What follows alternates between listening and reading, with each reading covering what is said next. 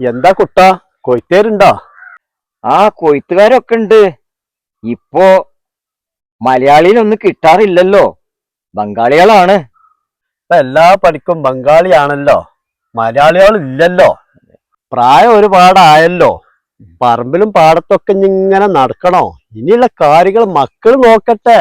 മക്കള് നോക്കാഞ്ഞിട്ടല്ലടോ, നമ്മളൊന്ന് ഇറങ്ങി നടന്നാലേ നമ്മളെ ആരോഗ്യത്തിന് നല്ലതാ.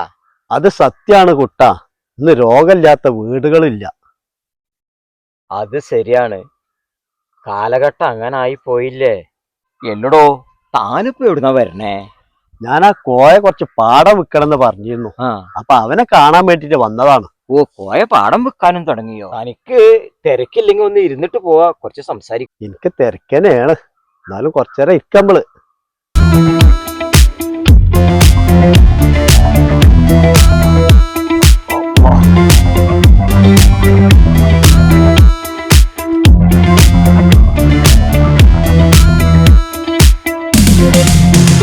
ആരാ, എവിടുന്നാ മനസ്സിലായില്ല.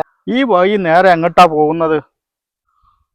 ഈ വഴി ഇങ്ങനെ പോയാല് കാടും മലയൊക്കെയാണ്. ഈ നേരത്തെ അങ്ങ് പോയാല് മൃഗങ്ങൾ ഉണ്ടാവും. നിങ്ങൾ എവിടുക്കാ പോകുന്നത്? ഒറ്റക്കാണല്ലോ യാത്ര.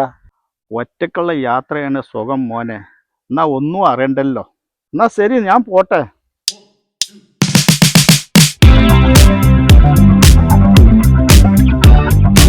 ഭാര്യയും മക്കളൊക്കെ ഉണ്ടാവും.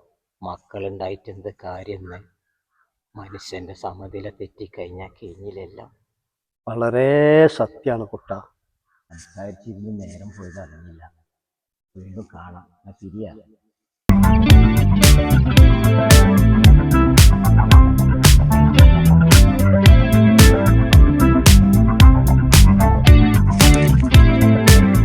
ഓ, ഇരുട്ടായല്ലോ. ഒന്ന് കിടക്കാൻ ഒരു ഇടം കാണുന്നല്ലോ. അവിടെ ഒരു വീടുണ്ടല്ലോ.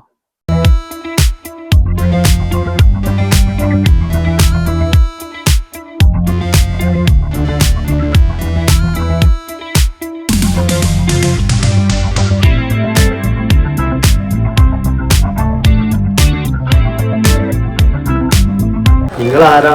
മനസ്സിലായില്ല. എനിക്ക് ആ മല കയറി പോകണം. ഇരുട്ടായി. ഇന്ന് രാത്രി ഇവിടെ ഒന്ന് കിടന്നോട്ടെ, നാളെ കാലത്ത് എണീറ്റ് പോയിക്കോളാം. ഇവിടെ ഞാൻ തനിച്ചാണ്, ആണുങ്ങൾ ആരും ഇല്ല ഇവിടെ. എന്നെ കൊണ്ട് ഒരു ബുദ്ധിമുട്ടും ഉണ്ടാവില്ല. കാലത്ത് എണീറ്റ് പോയിക്കോളാം. ഒന്ന് സഹായിക്കണം. ഇന്നത്തെ കാലത്ത് ആർക്കും ഒരു ഉപകാരം ചെയ്യാൻ പറ്റൂല, വിശ്വസിക്കാനും പറ്റൂല. നിങ്ങൾ കയറി.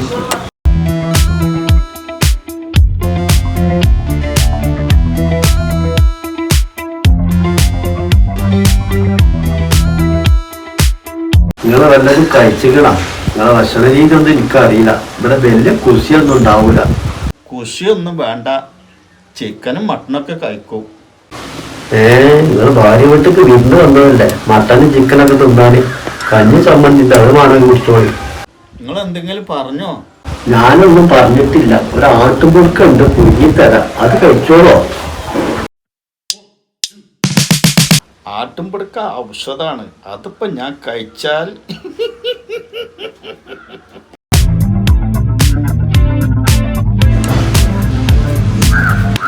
എന്നാ ഒന്ന് കിടന്നോളി.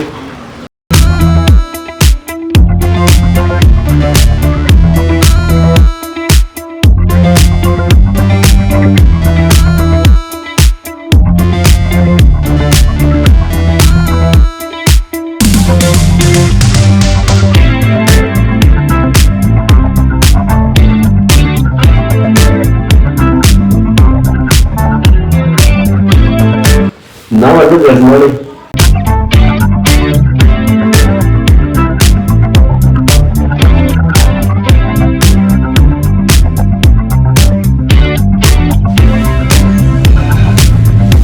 എനിക്ക് നിങ്ങളോട് അപേക്ഷയുണ്ട്. ഈ തലയാണി ഒരിക്കലും നിങ്ങൾ മറികടക്കരുത്. ആ തലനെ ഞാൻ ഒരിക്കലും മറികടക്കൂല.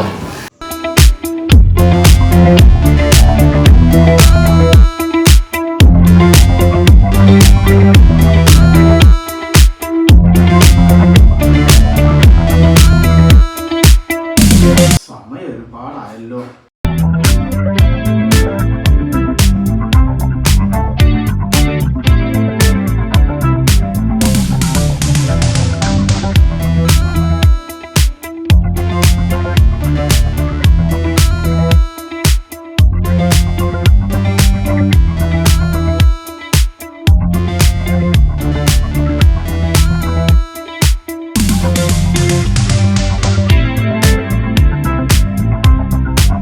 ഞാനെന്നാ പോട്ടെ, ഇരുട്ടാകുമ്പോൾ തന്നെ ആ മല കയറണം.